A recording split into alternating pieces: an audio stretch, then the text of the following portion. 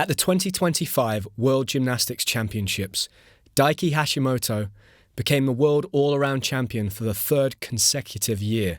He defended his title against the current Olympic all-around champion Oka Shinosuke and the current silver medalist Zhang Boheng.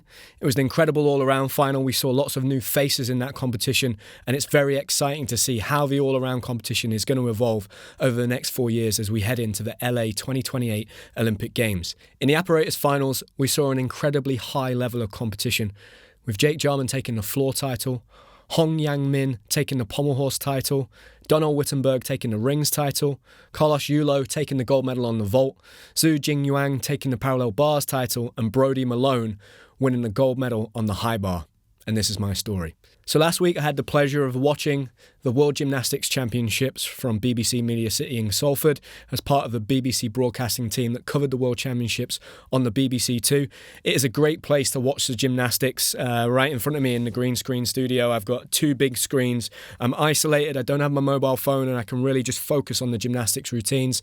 The host broadcasters, they're in charge of the TV footage that you saw, did a real good job in the men's all-around, and we saw nearly all of the top contenders routines, which I really enjoyed. I loved that. I can remember afterwards saying, wow, that was amazing. I think I saw every single routine that I wanted to see. I'm sure there were some people that were maybe disappointed that didn't see the routines from the bottom end of that field, but for me, I want to see the very best performing, so I really enjoyed that aspect of it, and it was a great all-around final. I think Daiki Hashimoto, for me, going into the competition, I felt was the most well-prepared.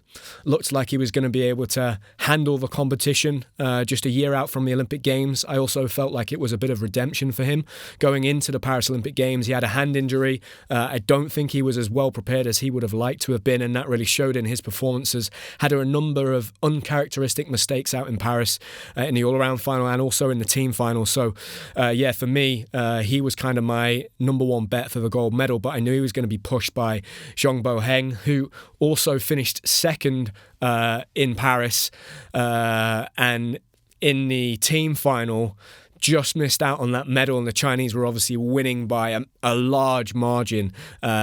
Big mistakes there on high bar for them, and the Japanese capitalized on that. So, I felt like he was going to be very, very motivated to try and bring that gold medal home for China. And Oka Shinosuke just did not look like he was at his best at all. I heard he had an injury going into, an illness going into the competition, was suffering with that. Didn't look like he was at his best. Certainly wasn't performing how we've seen him perform in recent years. But for me, it was the battle between those three gymnasts. There are a number of other athletes that missed this competition who are normally challengers.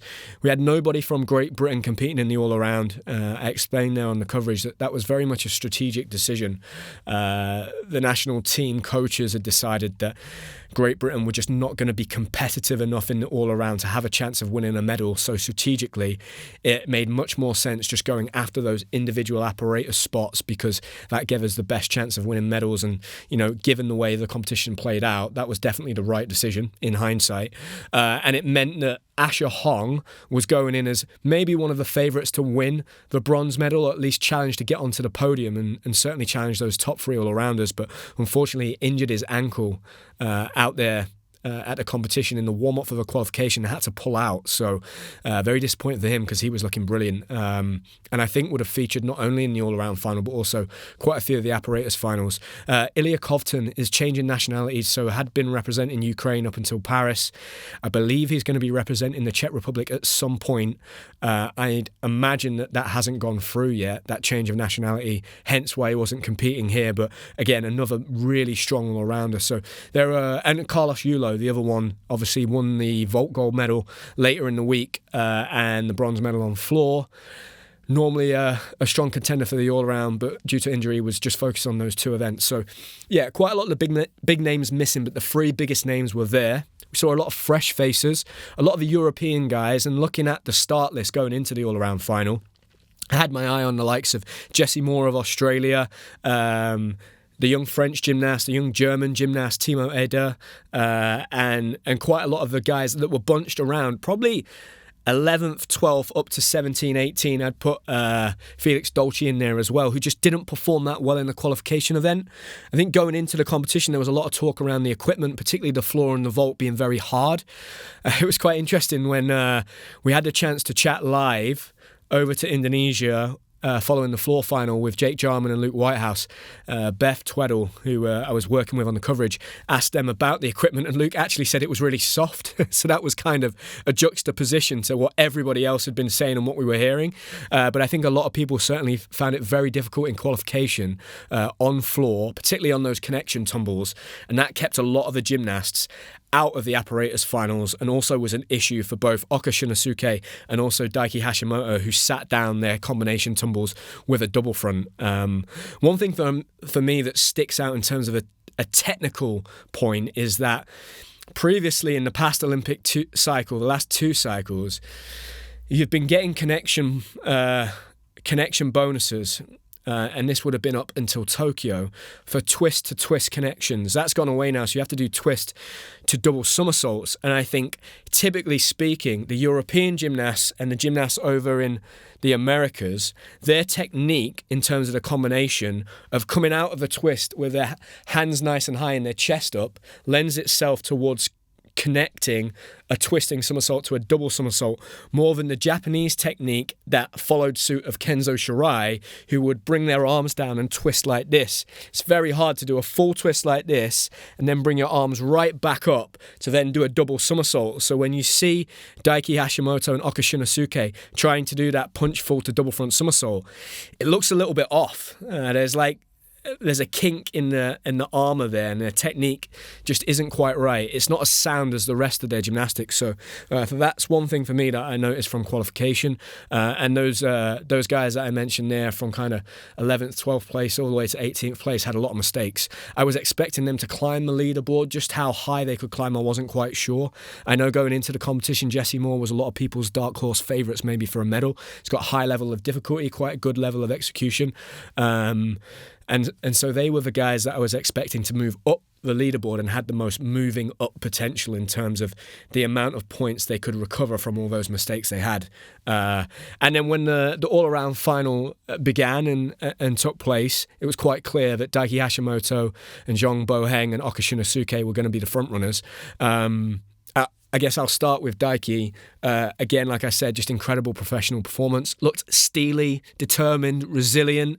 Whenever he had a slight waver, managed to correct it very quickly. Pommel horse, there were 2 occasions, once on his flop and then his second hand in the middle of his woo where he was slightly off but managed to keep his composure, stay on and just get through that routine, which is where he made mistakes last year at the Olympics in Paris. And on floor, he'd had a mistake in qualification, put that right straight away. It looked like to me he was just making sure he was very assured of landing on his feet. So there were quite a few steps, but still a great floor worker and putting a good routine. And it felt to me like a lot of the athletes did that when it came to floor, just making sure they stayed on their feet and didn't count any falls was kind of the approach and the mindset they went into that competition with when it came to that apparatus. Daiki then moved on to rings. I was actually impressed with his rings routine. Sometimes in the past, his strength's been a little bit weak. His position's not so great. They all look pretty solid. Everybody now seems to be doing that double-double straight. It's a very difficult dismount technically to stick. I would say that this is probably going to be one of the last competitions where we'll see a lot of those top all-rounders doing a double-double straight because they've made an amendment to the rules, which means that dismounts aren't going to be so heavily favorited in terms of your skill allocation in your routine now, because once you get to an E element, so the equivalent on rings would be a double twist and double tuck, you can't earn any more in terms of the requirement value up until January of next year.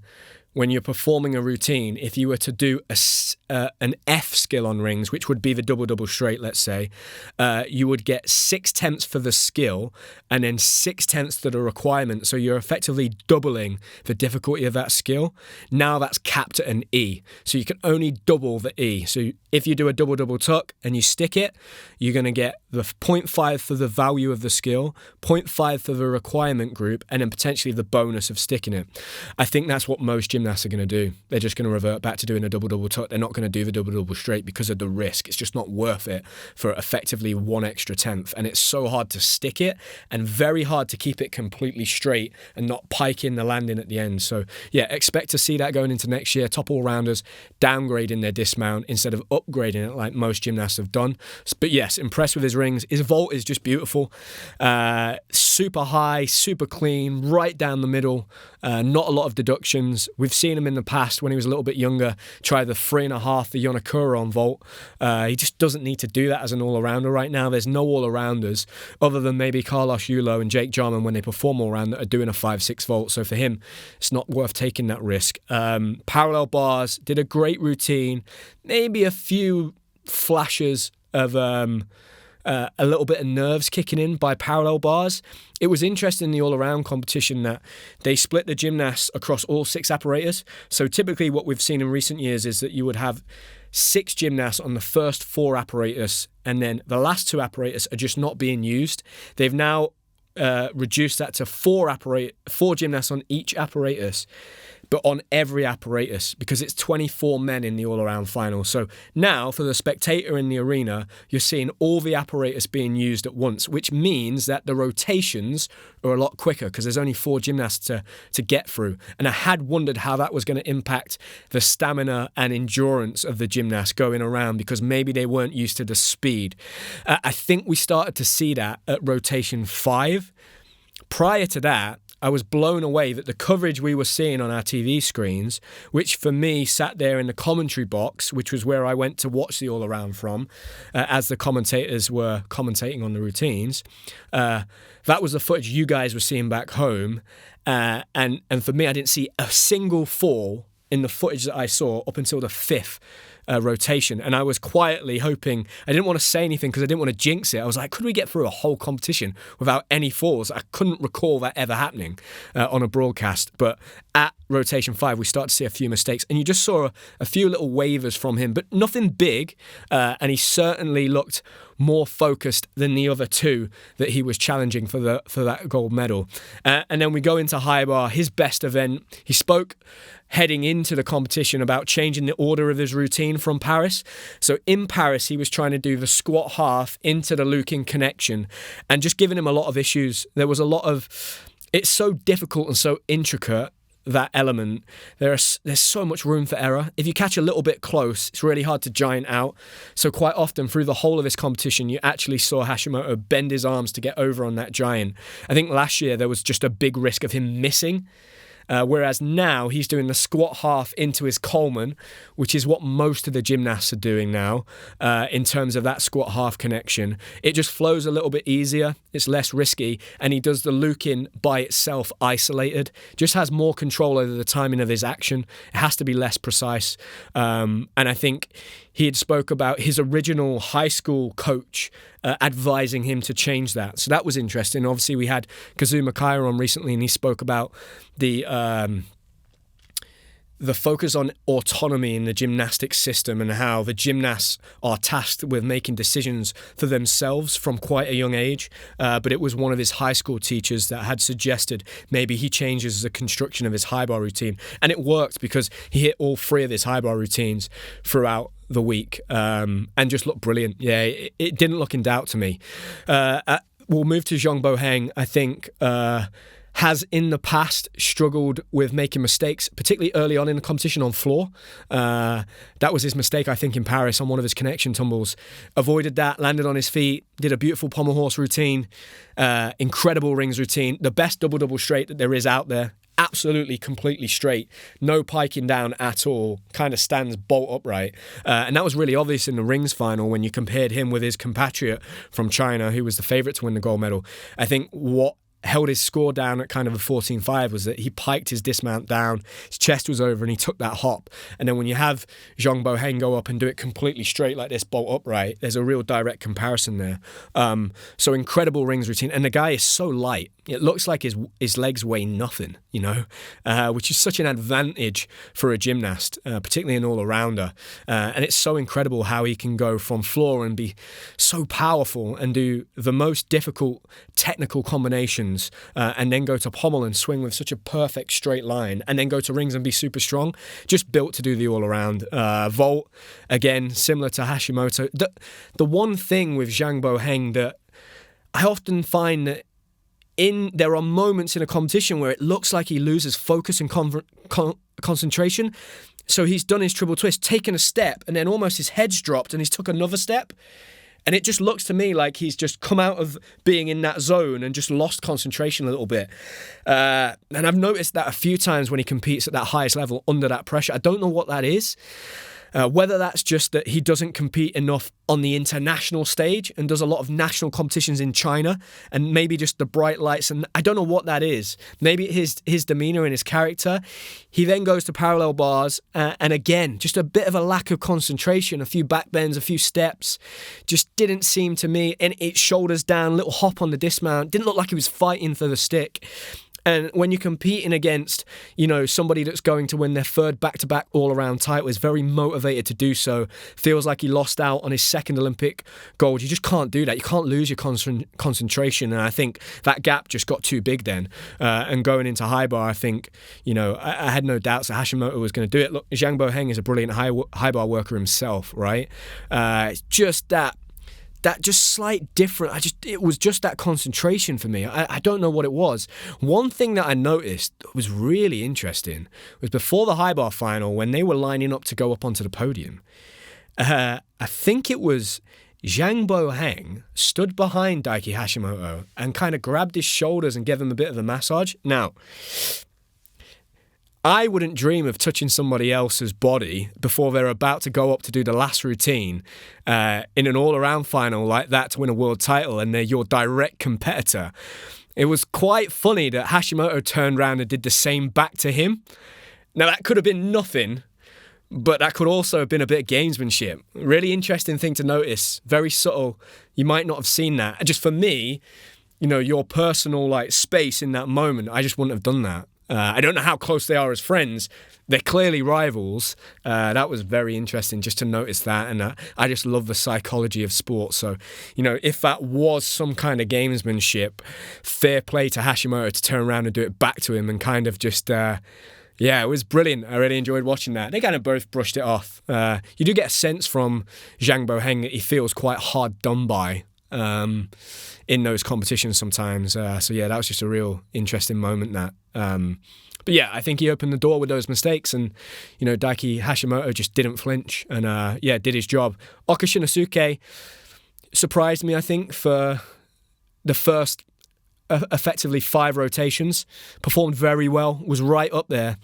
For me, when I look at Oka Shinosuke, and I know a lot of people love his gymnastics and he's incredible, he just has a few weak points in his all-around competition that I just can't get around. His technique on floor at times, particularly when I talk about those combination tumbles.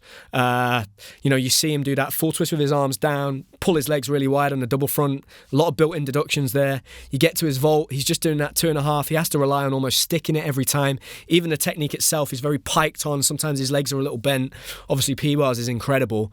High bars amazing. But there are just a few points where I just don't think his all-around difficulty and just his balance across those 6 apparatus, when they're at their best, I don't think he can compete with Hashimoto or Zhang Boheng. And I think that's reflected in their all-around difficulty totals. So for me, Oka Shinosuke was a situation where last year he just capitalized on other people's mistakes.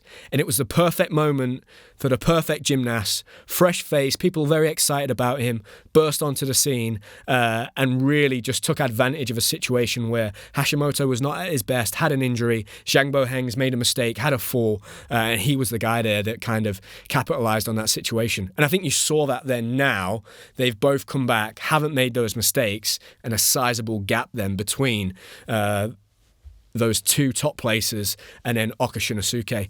And then obviously I can't not talk about No Seifert, the Swiss gymnast, first Swiss gymnast since the 50s to win an all-around medal. Incredible, really.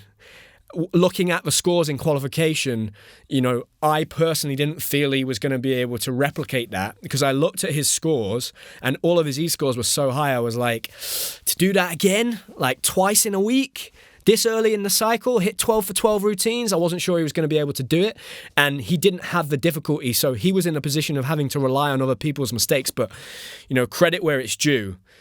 He outperformed qualification by nearly half a point and did absolutely everything he possibly could. Probably got the most sticks in that all-around final, the most 0.1 bonuses, even stuck his vault. Very clean, did everything he needed to, and you still, even if you're performing gymnastics that is slightly less difficult than your competitors, you still have to do it. You still got to put your hand up and do the routine. And obviously, I think he's been blown away by the reaction. He was certainly the neutrals' favourite going into that competition, and I know that with there not being any Americans contesting for the all-around medals or Brits, a lot of the fans from those two nations were supporting him as a neutral fan, and it was really cool to see that. And I always like it when somebody that's gone 12 for 12 routines or 6 for 6 wins a medal. That's the aim of the game, right? To hit all of your routines. And what a great day for him. I'm sure a massive highlight in his career. Great for Swiss gymnastics. There was a period where the Swiss were really strong, and I felt like maybe they would tail off. It seems like it's going the other way. They've got a great crop of new young gymnasts coming through, and one thing that the Swiss team do very, very well is keeping their top gymnasts in the sport. So the two guys that were taking him round, Pablo Brega, an incredible high bar worker, won medals at major championships himself, competed at the Olympic Games, and Claudio Capelli before him, the generation before him, similarly. And so those guys sharing their experiences and knowledge with that next generation of Swiss gymnasts, and they'll be competitive for this Olympic cycle again, which is brilliant. But yeah, his performances, I think his high bar is always brilliant. He does that triple back, he's got a great high bar routine, can often challenge for finals and medals. Great P-bar worker, just smart, clever when it comes to floor. Pommel's very good for an all-arounder. A little bit weaker on rings, a little bit weaker on vault, but another gymnast that, again, did his job, was able to handle the pressure, hit all of his routines, 12 for 12, and yeah, that's going to do so much for his career, and I'm sure he'll be going back this year and looking at, okay, where can I improve the difficulty now so I can build upon this result.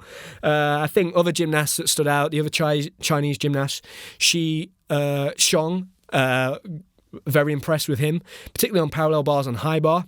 Looked very consistent and solid. At the end, just floor, too many steps, kept him out of the medals really. But yeah, very impressed with a lot of his work. I think he'll feature in the Chinese team over the course of this Olympic cycle. I'm very impressed with those guys that I mentioned. The French gymnast, brilliant. Saw him at the Europeans, did really well. Broke 80, I think, or at least was close to. Jesse Moore did a lot better. I think 76 in qualifying, 79. He's definitely one to watch as we build into LA and then moving forwards into the Olympic Games in Australia in 2032. I mentioned recently in a Instagram post that I think if you could invest in stock, if you could invest in gymnastics stock, I'd be invested in Team Australia right now, because they're going to have an Olympic Games in 7 years. I reckon there's going to be a lot of talent in terms of coaches moving over there. They're going to probably get a lot of funding from the government as they build into that Olympic Games, and I think they're going to be a bit of a hotbed for talent over the next 7 years. A lot of investment, a lot of funding, a lot of knowledge coming into there. I'm already hearing coaches moving to Australia already to take those job opportunities, so keep an eye on the Australian team over this cycle and then as we go into the Olympic Games in 2032. And Jesse Moore will be kind of the front runner at the moment for that. And I certainly think he's got the room and the potential to be challenging over the next 4 years in those competitions and all-around competitions. We obviously saw the introduction of those neutral athletes from Russia representing the AIN, and it was the first time we've had the opportunity to see them in major championships competing back in gymnastics. Very impressed. One of the gymnasts, Daniel Marinov, looked like he was competitive the whole way round, just performed an incredibly easy rings routine, which I was trying to find out what that was. I'd asked Kensley if she'd seen his routine from qualification and whether anything had gone wrong. Just did a 3.1 D score, super low for a top all-rounder because he qualified in fourth. Turns out my suspicions were correct and that he had shoulder surgery. So that's what that was. So you take away that ring score and you put in maybe I don't know, a 13.5 plus, all of a sudden he would have been very competitive for those all-around medals. Looks like a really well-balanced all-around gymnast, somebody that's definitely going to contend, will be leading those athletes that are representing effectively themselves as a neutral athlete at the moment, but potentially moving forward, we might see a team from Russia, whether that's in this cycle or the next cycle. He'll be the person leading that charge, I think. And we got to see a few of those athletes competing as neutral athletes. So someone to keep an eye on. Back in full out of P-bars. On the second day of apparatus finals, he competed in all 3 finals. So that tells you how good he is.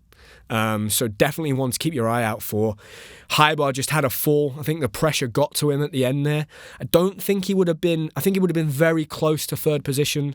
So that's somebody whose gymnastics is that very classic Russian style of gymnastics. Solid coaching, good technique, good artistry. And I know that their junior athletes that will be going out to the Junior World Championships in November, one of those kids is unbelievable, and you see videos of him online circulating. He's basically doing Jake's floor routine and Jake's vault at the moment, and he's under the age of 18, so somebody to keep an eye out on for the rest of this cycle, whether he ends up competing as a neutral athlete or the Russian Federation are able to enter a team at any point in the next 3 years. We don't know how that's going to play out, but yeah, definitely someone to keep an eye on. And then I guess anybody else that stood out, the Colombian gymnast, Angel Bajaras, amazing gymnastics, particularly on parallel bars, high bar and floor. Really unique gymnastics. I saw some skills that I've not seen for a long time. A long swing 1.5 diameter off on parallel bars really stood out to me. His double pike front dismount. On high bar, just the most incredible release and catch in his Stolder straight Kachev Lukin. I mean, the technical mastery you need to perform a skill like that is just mind-boggling. Absolutely incredible. Probably the most impressive piece of gymnastics for me at the moment on high bar out there. Just incredible. And he connects his Cassina to his Coleman sometimes. And then even on floor, I've seen him do a 2.5 twisting double back. It looked like he landed really funny. I was a bit worried about his knee and his leg, but seemed to be okay. So certainly one to watch out for the rest of this Olympic cycle. But yeah, what a brilliant all-around final. Daiki has become the first gymnast to have won more than 2 back-to-back all-around world titles since Kohei Uchimura. So he now stands alone. It's Kohei up there in 6 titles, Daiki Hashimoto in 3. Did an interview afterwards saying that, look, he kind of considers Kohei Uchimura to be otherworldly, but why not? Why can't I go to try and match his record? He'll have the opportunity, I guess, to get 2 more this Olympic cycle, which would be next year, 2026 and 2027, before we go into the Olympic Games. So, yeah, incredible, really. Certainly after Uchimura made it 6, I thought, well, no one's going to get even close to that or get anywhere near it. We see. I mean, he goes into next year and wins another one. He's on 4. Certainly not within the realms of possibility. For me, Daiki Hashimoto was the deserved winner of that all-around final. I loved watching it. Now we moved on to the apparatus finals, and going into floor, it was a big moment for Great Britain. I think with Luke winning 3 out of 3 gold medals this year at the British Championships, European Championships, World Student Games. He was going for his first world medal and global medal. Jake going in as top qualifier with equal highest difficulty in the world alongside Cameron Nelson. I think Jake's finally found the floor routine that suits him best. It's incredible, really, that he's performing triple-double tuck as his 4th tumble. There are some gymnasts performing that as their 1st tumble.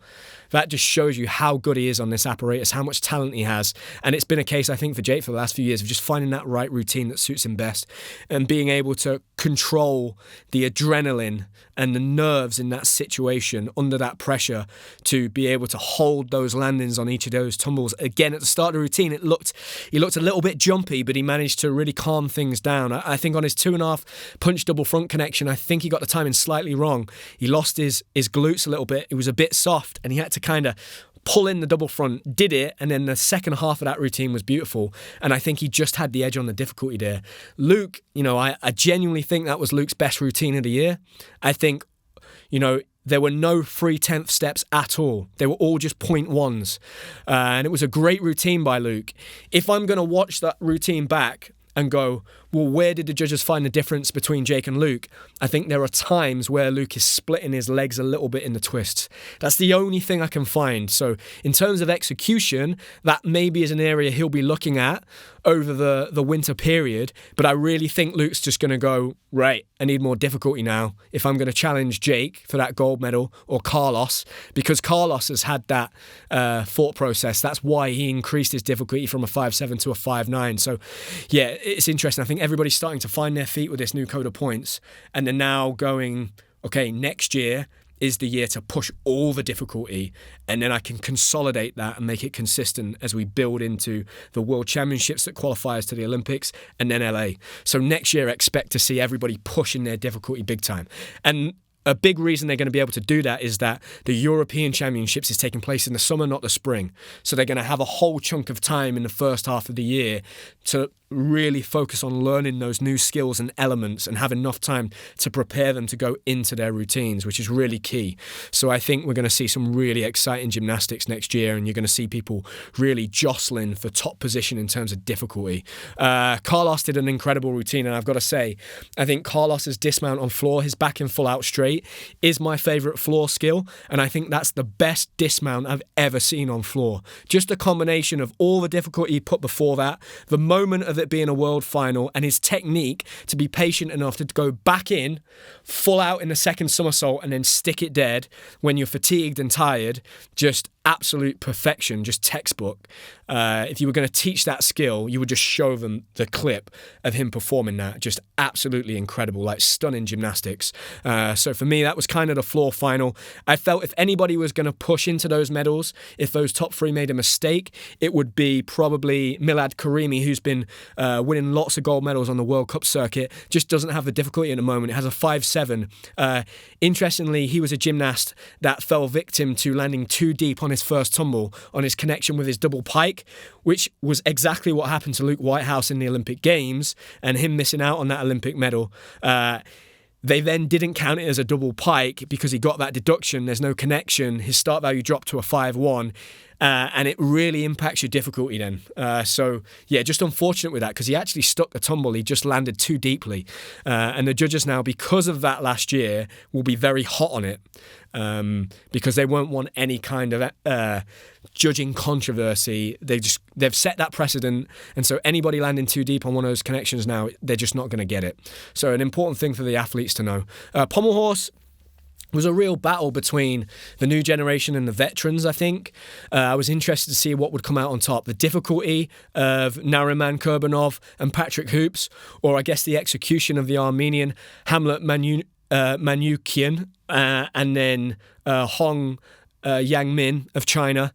Low difficulties, super high execution. And in the end, the execution paid off. I felt that Nariman Kurbanov was going to be, I wrote down in my notes for the broadcasting, just consistent. Actually didn't look so.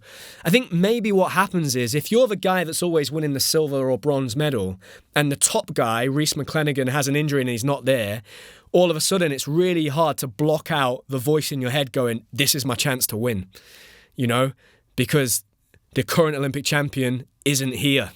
So this is my opportunity. And, whether that played a role or not, I don't know, but he just didn't look quite like himself. Even his circle shape was a bit more closed than normal. Made a mistake. Credit to him, Patrick Hoops. I've heard he's not missed a pommel routine for about 2 years, which is unbelievable because pommel is the apparatus where you end up doing the most routines, particularly if you're a specialist. You're going to go to a lot more competitions like World Cups and do routines. So to have gone to all of those World Cups, all those qualifiers, the trials, and to have hit a routine and potentially qualifying and then the final, and to have not missed in 2 years, wow, that says something about his ability to perform under pressure. Did his 6 difficulty, and I was really glad that he ended up on the podium. I felt like he deserved that. And interestingly, next year, Steven Nedorosic's going to come back. He's just had a surgery. It's going to be hard for him to beat out Patrick Hoops. I mean, what a great conundrum for the US team selectors to be in, having to choose between two of the best pommel horse workers in the world.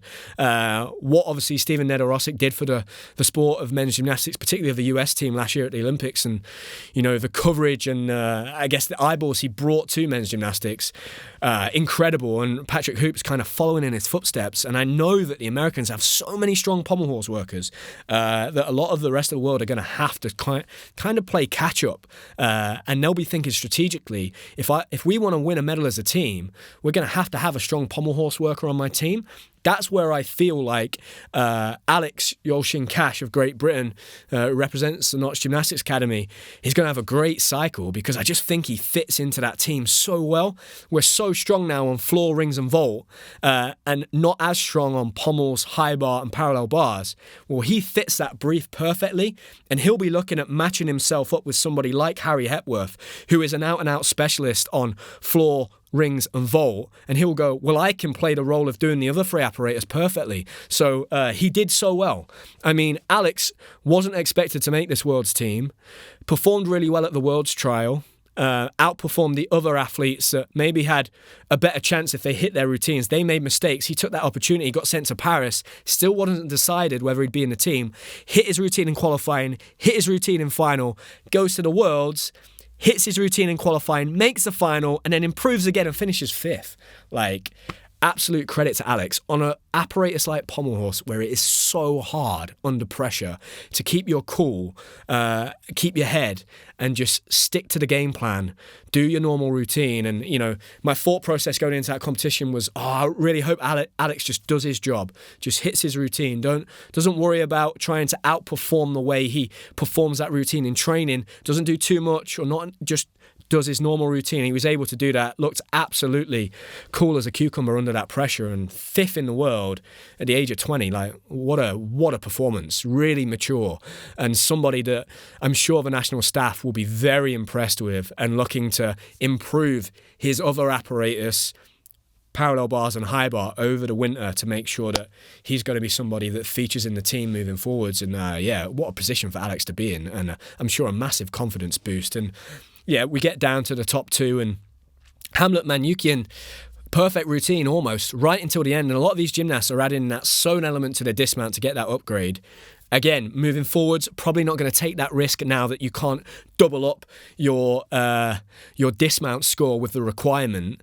They'll probably stick at just doing the E dismount that most athletes have been doing, because he just made a mistake, and that cost him really, because he'd probably be the favourite of the 2 Armenian gymnasts. And then Mamikon Kachaturian comes in, and I have to say, I personally enjoyed his routine more than the Chinese gymnast Hong Yanming, just because I always fall on the side of the gymnast that takes the most risk when it is a draw for the score should get the advantage because they've taken the risk. Unfortunately, that's not the way the FIG see it. They see that the gymnast that performs the most beautifully executed gymnastics should win the tiebreaker. So because the Chinese gymnast had a 5-6 difficulty and the Armenian gymnast had a 5-8, it went the other way, and you could see how distraught he was. And I don't mind that, getting to see that emotion from someone. Obviously, he's won a world silver medal, but for him, he wanted to win that gold. He saw an opportunity, and for me, it was just it was the most balanced routine. I liked seeing the Buznari in there because you don't see that so much anymore. Typically now on pommel horse, we're kind of seeing the same routines and the same style of gymnastics and the same physical makeup of a gymnast. For me, I would have liked to have seen him get it, but also the Chinese routine was beautiful. There was like hardly any deductions in there. Only deduction I really saw, he did a D dismount at the end. Sometimes the D dismount leaves me a bit like, because I'm so used now to seeing E dismounts, and again, I like that risk. But what a beautiful routine. Certainly someone that can be competitive, still very young. We're seeing this trend of young pommel horse workers coming through. I guess on an apparatus like rings, you're relying a lot on strength. Floor and vault, you're relying on that power, and you kind of develop that over time. And the best athletes on those apparatus, most of them now have very substantive strength and conditioning programs outside of the gym to develop that strength, and that just can take a long time, can take a number of years to develop that strength, and you just don't have that time as a junior gymnast. But the one thing you can do is spend hours doing pommel horse. So I think that's why we're seeing so many young gymnasts that are still teenagers being competitive on that apparatus. When it comes to the rings, I think the Chinese gymnast was definitely the favourite going in. Beautiful strength work, but like I said, I think we've almost become so used to the Chinese gymnast's strength elements being absolutely perfect. We just wait for the dismount. He did that double straight and unfortunately just piked it down a little bit. Shoulders were kind of hunched over, did the hop. I was surprised at the score. It seemed harsh. My one thought was, has he misheld a strength element for less than 2 seconds? Because that's a big deduction. Because other than that, I didn't really see any execution errors. And then following that, we get Donnell go up right there at the end. Qualified in second, has the highest difficulty.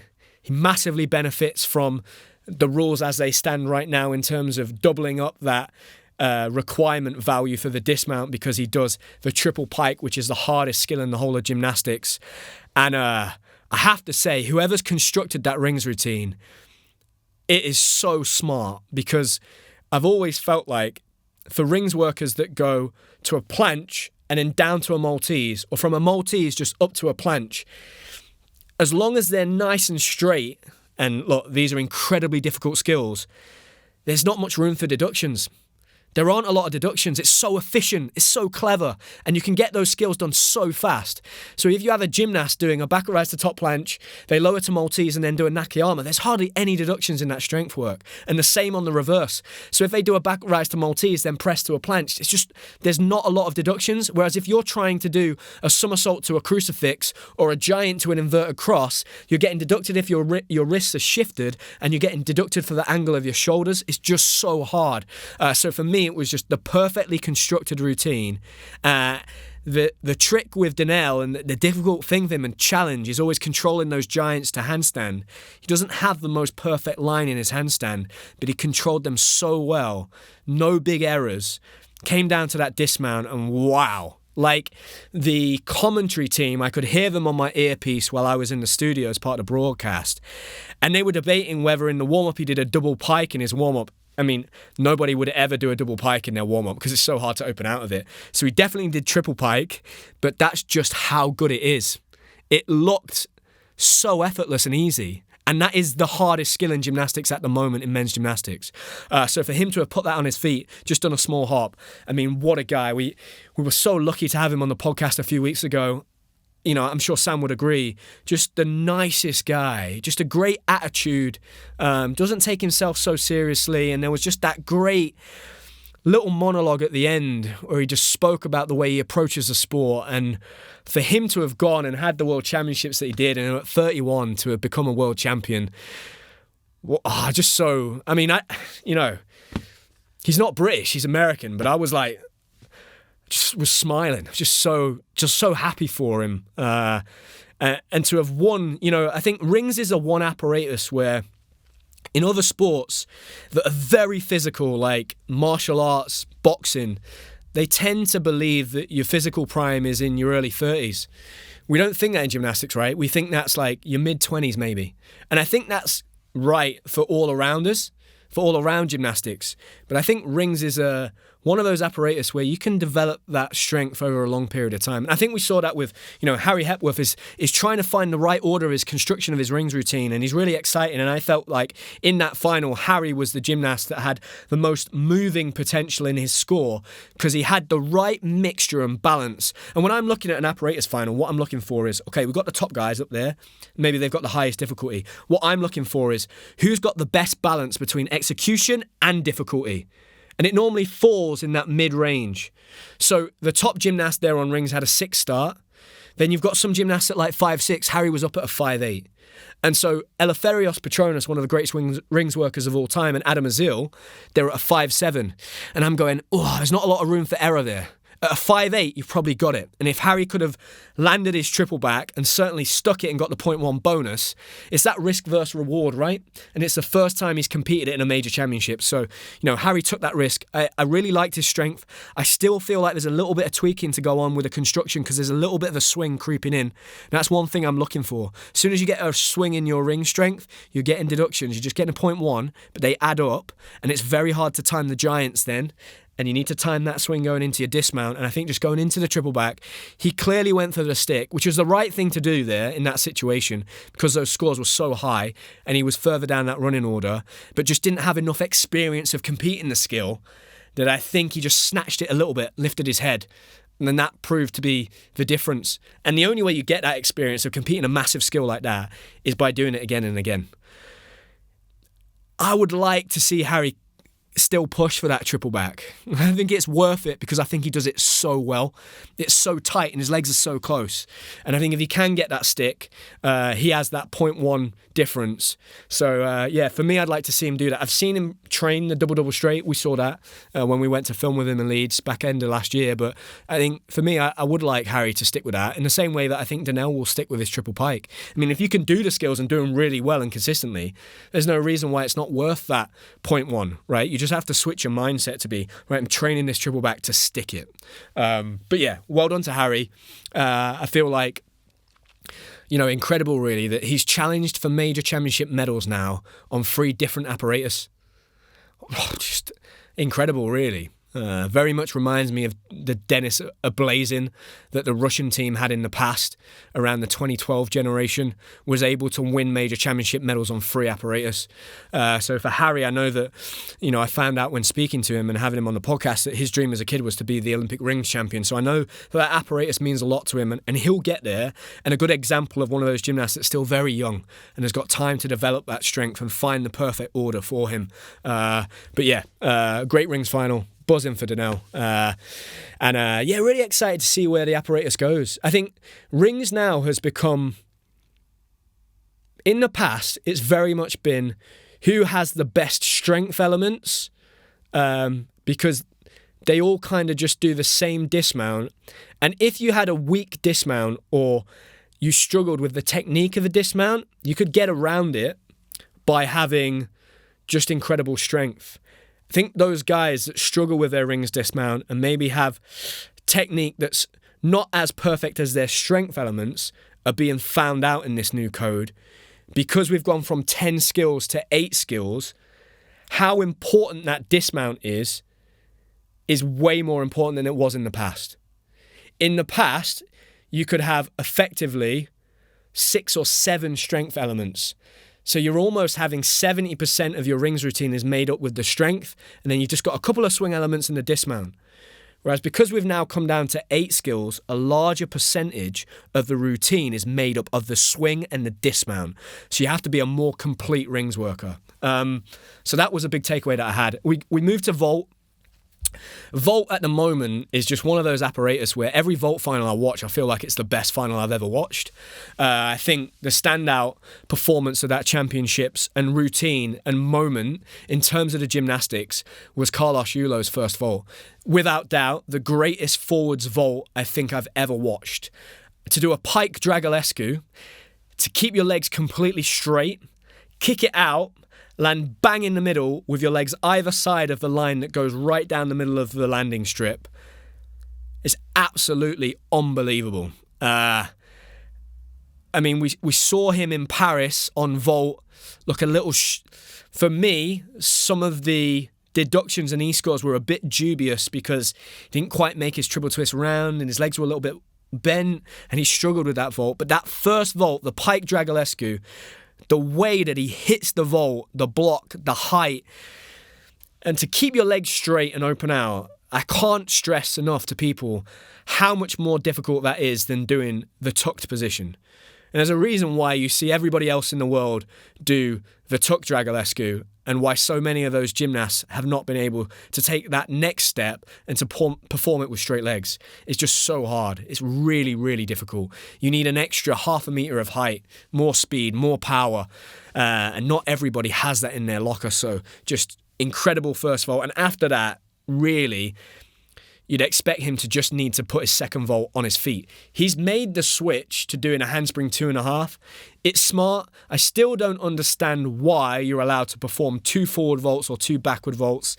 I don't get that. It's the same vault family. So if you have a strength in one area going forwards, you know, you're going to have a strong second vault.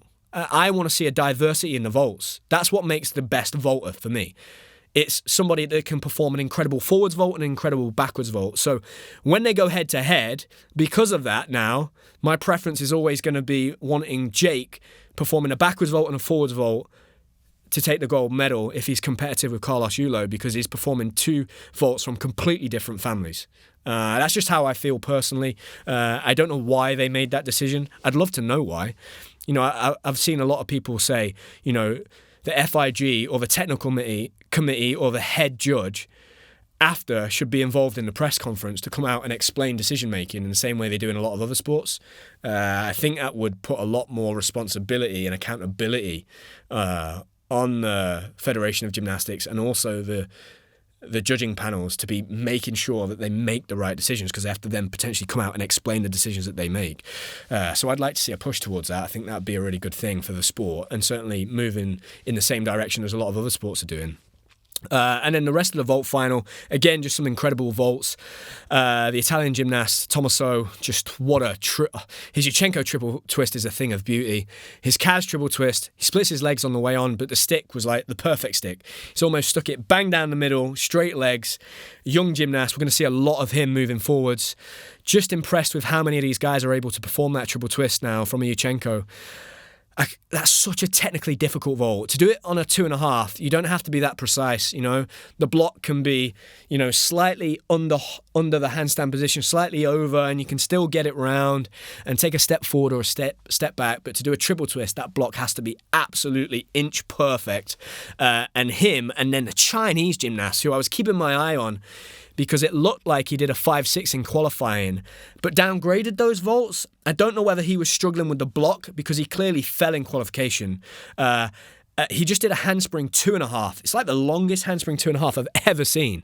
And for a Chinese gymnast, very tall, don't typically see that. And then his Yurchenko triple twist, man, he shot this thing so high in the air. It was absolutely unreal. Like, I filmed it on my phone in slow-mo because it was so cool. Just did this triple twist that just popped right up. Not enough, but in the future, if he has that handspring triple, he'll be competitive with Carlos. And that was kind of the matchup I was wanting to see. And then we effectively come down to Davtyan.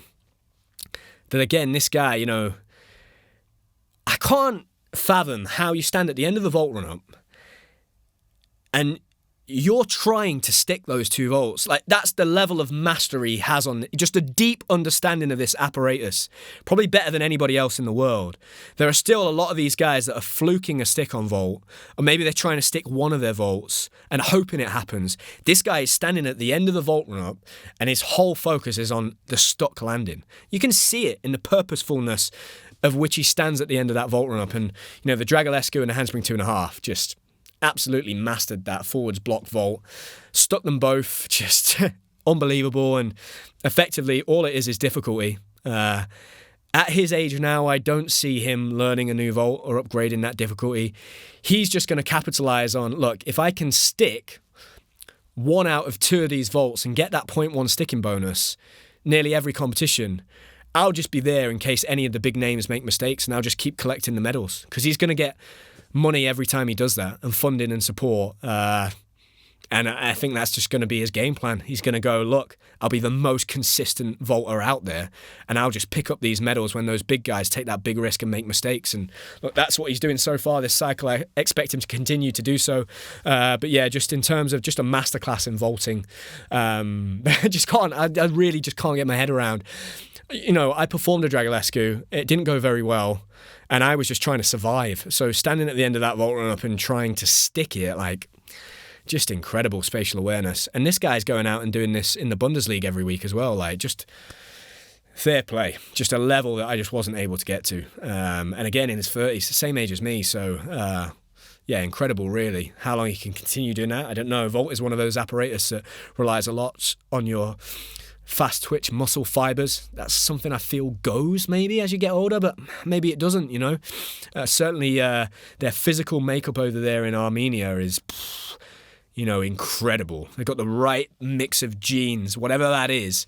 They have that power and strength, but that lightness. And it's if they ever, like I said earlier after the European Championship, if they ever turn their hand to the all-around, they're going to be a team and a team to contend with. And then we move to parallel bars. Parallel bars, just that apparatus where Zou Jingyuan has the most dominant routine in the whole of men's gymnastics. Nobody can even get close to him. So it's just a battle of who can get second and third. And all of those gymnasts are very, very competitive and close. But it's just tough, for the sport when you see someone winning, an outlier like that, a once-in-a-generation talent, win by such a margin. It kind of takes away from how good everybody else is. But yeah, just a thing of perfection. Only deductions really are of that dismount. I'm seeing him wearing his wrist supports on parallel bars, which is new. I don't know whether that's just the impact of the work. Even when this guy is doing his under summy, he's hopping out of it. It's a perfect straight arm. Same on his long swing. And then when he does his straddle front, it goes so high, he has to do like an arm action in the air to catch the bars and slow his rotation down. He does the same on his bavsar. And just going through that routine, it's just every single element is textbook. And if you were going to show a young gymnast how to perform that skill, every single element in his routine, even the dismount up until the step, that is exactly how you'd want them to perform it if they were going to perform that skill perfectly. It's that gymnast and that routine. For every skill, most gymnasts have one skill in their routine that they've mastered, and you look at it and go, that's perfection. This guy's perfected every single move in his routine. I don't think we're ever going to see a parallel bars worker like that again. Without doubt, the greatest parallel bars worker of all time. One of the best specialists ever. And like I said, I don't know where he goes with that routine, but he just really doesn't need to do much more.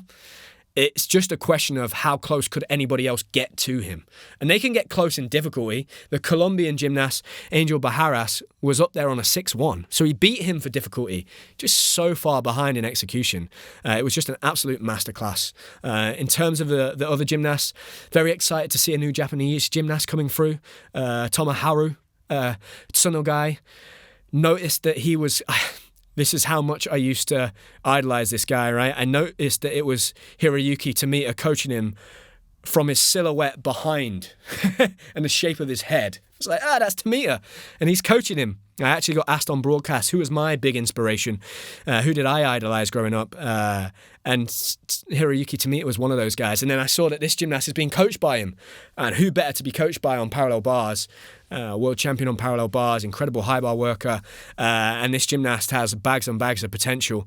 Has a real nice flight about his work. Looks effortless. Very young. I think will be very competitive, not just on parallel bars and high bar where he performed later in the competition, but all around over this cycle. He did really well, took the silver medal. And then the rest of the final, again, just seeing mistakes from Oka Shinosuke, just did not look like himself at all throughout this championships.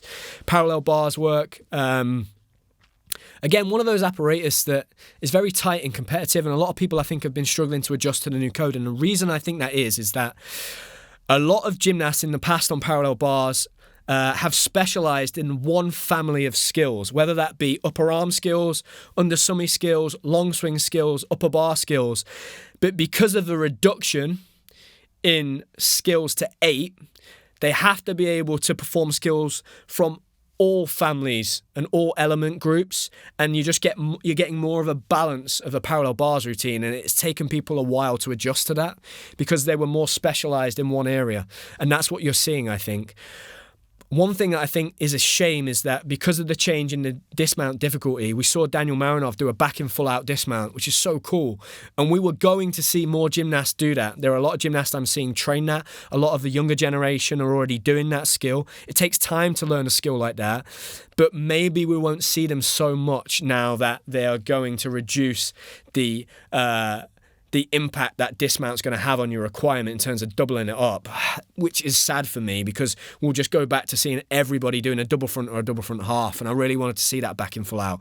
Then again, if some of the gymnasts have already mastered it and they're able to perform it, there's no reason why they're not going to be able to get that as consistent. It might be worth that advantage because it's a really highly valued, difficult skill. So yeah, that's a thing to keep a lookout for on P-bars. P-bars at the minute, not the most exciting event for me. I'd like to see more variety in the moves and the elements.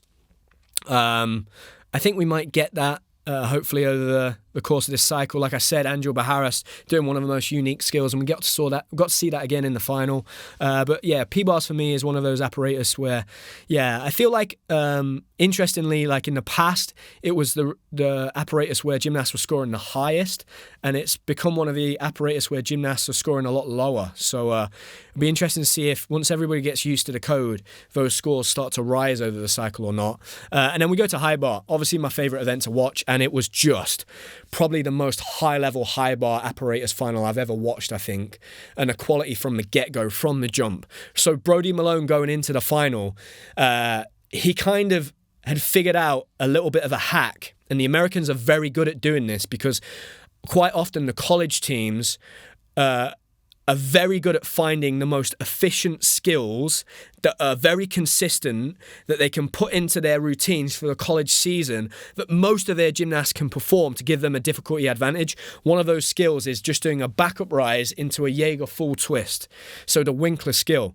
The FIG have cottoned on to the fact that as soon as Brody found this little loophole and performed this skill, there were videos all across the world from the sport of gymnastics of men trying to learn this really fast because it's so highly valued, that skill now. It shoots their difficulty right up there. So Brody in qualification, they didn't credit the skill because the FIG are trying to now say it has to be performed in a completely straight shape. So going into the final, he only qualified with a 5.8 difficulty, and I thought, ugh.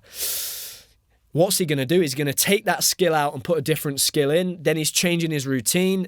That's not good psychologically as you go into a final because you kind of want to be set with your routine. And what they've done is, and Syke Caesar, who we had on the podcast, who is his coach, explained afterwards in an interview, they just decided to try and learn the skill perfectly throughout that week in the time he had from qualification to the high bar. And I was like, wow, big risk. And then what they did was, in the warm-up in the morning before the final, they got the head judges to watch the skill and basically Syke said, watch it and tell me if you credit it. And they said, yes, we'd credit it. And they took the risk. He comes out, gets ready to do his routine, does it very nicely in a straight position, and then goes for his routine like an absolute professional. No signs of nerves or hesitation, and performs an incredible routine. Small hop on the dismount, gets rewarded with all of his difficulty, and then basically lays out a 49, which is a monster score and makes it very hard for anybody else to beat. So again, just Evo Gymnastics and the team there, and the team's growing, right? More and more gymnasts in America are moving to that gym that they've got down there in Florida, and they've got some of the best brains in men's gymnastics in the whole of the US are all there now. They've had a great championships with 2 world champions in Donnell Whittenburg and Brody Malone. So again, another incredible story, and we heard the story about the Olympic team final and what they did there and the decisions that they made strategically, which then led to them in part winning an Olympic team medal. They've done it again, and this time they've won a world gold medal on the high bar. His second world gold medal on the high bar. Just brilliantly professional performance. Didn't even look fazed by the situation. Daiki Hashimoto goes next, performs a great routine, probably his best routine of the weekend. Small arm bend after his Lukin, just an area where, if that Lukin's a little bit close, and we saw a lot of gymnasts, they have to very quickly make the decision to do an upstart or giant out of it. So hard to make in a split second. For me, I used to really enjoy Hashimoto's Kachev when he did it from a wind-up. I understand why he stopped doing that and did it from just a handstand position, because he was doing that from the squat half previously. But I feel like now he isn't doing that, and he's switched the order around to do his Coleman. Maybe he could go back to doing it from the wind-up. I just think he'll have a better chance of drying it out in that straight position. And I think that it aesthetically looks nicer and cleaner. But was able to do a really nice routine and managed to get himself into the second place position. I mean, technically, like I said, just everything else other than his Luke-in was next to perfect. Just beautiful technician on that apparatus.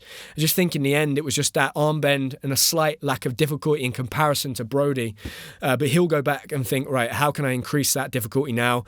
I'd imagine he'll try and connect his Cassina to his...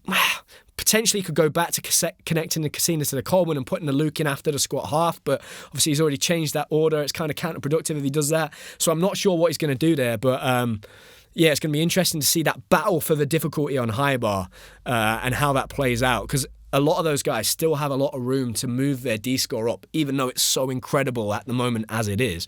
And then you had Joe Fraser, right? Go up. Joe, former world champion on parallel bars. You know, I really, really wanted Joe to do well here. Sometimes what happens is, you know, on paper, your best apparatus is, let's say, parallel bars, like Joe, former world champion. But you qualify your spot through a different apparatus, which he did through high bar and his performances on high bar. Parallel bars just isn't quite, you know, connecting for him or working at the moment. And he just ends up being more successful on his pursuit for that championships on an event you'd consider to not be his best event. But I would say that Joe has definitely been one of the greatest high bar workers we've had in the past. He just doesn't have that individual major championships medal to back that up, and now he does. He did it. I mean, what a great routine under pressure. After those two guys, you know, you've got world champion and Olympic champion on high bar going before you, laying it down, and Joe just did so well, man. Absolutely incredible. Knocked it out the park, 14-7.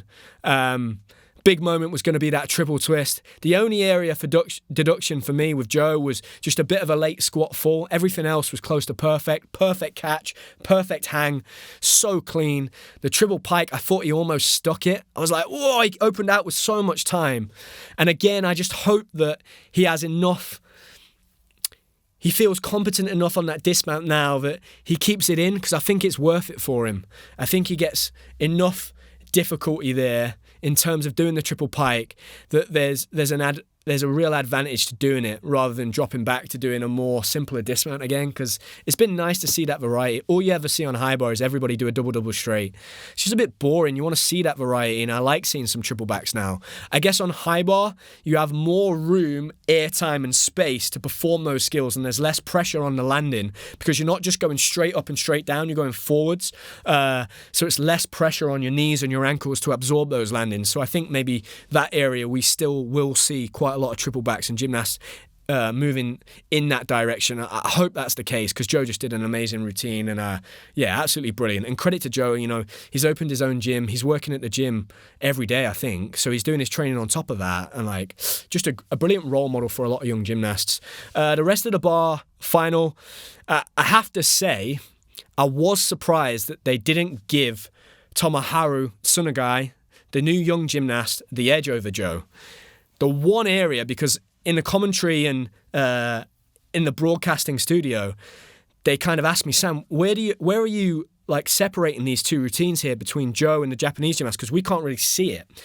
I think what it was that when the Japanese gymnast did his quast, which is his hop full at the end, he kind of stubbed his fingers and didn't grab the bar until a lot later. So he went to catch, stubbed his fingers.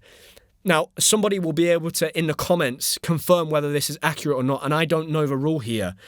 But if he didn't technically catch the bar, maybe they gave that a big deduction for catching the bar very late. And obviously, he took the small hop on his dismount, but Joe took the step. So for me, I was surprised. I thought they would give it to him, but I'm not complaining one bit, because I got told off in the studio a few times over the course of the week last week for celebrating when Luke did his floor routine because they were live on the news and someone complained because I stood up and shouted and punched the air. And again, I did the same with Joe's high bar routine. Just so happy for him. I feel like his career deserved that medal. I've said to Joe himself, and I've said a couple times on the podcast, his routine in Tokyo on high bar in the all-around final is the most difficult high bar routine a British gymnast has ever performed. And I feel like this is justice for him as a high bar worker. That's kind of like the nod, like, yeah, well done, mate. You've got your individual world medal and a second world medal 6 years after he won his first. So that tells you, that's a testament to his career and longevity. And, for me, if he can be physically fit, and don't forget, Joe's come back from shoulder surgery again. If he can be physically fit going into next year, there's no reason why, if Joe doesn't strategically look at this cycle, with the reduction from 10 skills to 8, he can't hang on for LA and be competitive all around. So very exciting for the British team. And for me personally, I know that things are going to change, but it's hard to see past those 6 guys that have been out there being the main bulk of the team for the remainder of this cycle. The one thing I would say is the junior gymnasts coming up are unbelievable. Like, incredible. So keep an eye out for the Junior Worlds that are taking place next month, because there's a gymnast here from Notts, talent-wise and potential, bonkers. Light years above where I was in terms of a level of the skill of the gymnastics he's doing. He wasn't good enough to make the team. He's just a reserve. So that tells you what those top 3 guys are like. And over the course of the next 18 months, all of those lads are going to transition into the senior team. So that's going to get very exciting. So we're going to see a real clash of those experienced veterans, and many of which are still very young in their early 20s, and the new generation coming through, and we're going to see a real clash of that. And I'm excited, man. It's going to be so cool. And I'm going to start to really follow those young guys as we head into this cycle. But congratulations to all of the gymnasts, their clubs, and their personal coaches at the World Championships. And congratulations to Ruby Evans and Abby Martin. So impressed with their performances at the World Championships. Honestly, 2 gymnasts that were the least experienced in Paris of the British women's team come here as almost the veterans just 12 months later, and their professional performances in the all-around final to improve on their qualification scores. Looking at their scores, I felt like, they both had about a mark improvement that they could have made. I don't think they could have performed any better, and then performed out of their skin in the floor final, and then they won the silver and the bronze medal on floor. So just an incredible achievement for both of them. Big futures, bright futures ahead. And it's really nice to see that. A new generation of the women's team coming through. They're definitely going to spearhead that. And it's going to be nice. One thing I did enjoy, if I'm honest, the previous Olympic cycle, previous 2 Olympic cycles, haven't followed women's gymnastics that much, just not had much of an interest. Now I'm getting involved a little bit with the broadcasting. It's nice to take an interest, and I'm impressed with the level. Ruby Evans performed a double straight 3rd tumble. 8 years ago, we were hardly seeing any gymnast do that in a 1st tumble. So, and a really unique floor routine from her. Real high level of difficulty. And for Abby Martin, she's got such a steely resilience about her. Really strong, and excited to see them both progress over the next 12 months and into LA. I think next year's a big year for everybody, with Europeans, Commonwealths and a Worlds, and apparently there's European Games. So we're going to see so many gymnasts competing over the next 12 months. It's going to be really exciting, and we're going to cover it here on the podcast. Thank you to everybody. We went on a bit of a run, I think, into the World Championships. Really enjoyed it. Some great interviews. And as we build up now into Christmas and the new year, as we close into episode 150, we're going to continue to do what we're doing, bring you some really interesting conversations and insights. Make sure you're subscribing on Spotify, Apple Music, to the podcast, so that it comes straight into your account on that Monday morning when we release the episode. And also follow us on YouTube. We're in the editing process of our next production short film documentary that we did. So very excited about that. And we're going to hope to bring you a little bit more YouTube-specific content of training footage over the next few months into the start of next year. But yeah, thank you, everybody. Appreciate it, and I'll see you in the next one. Thank you.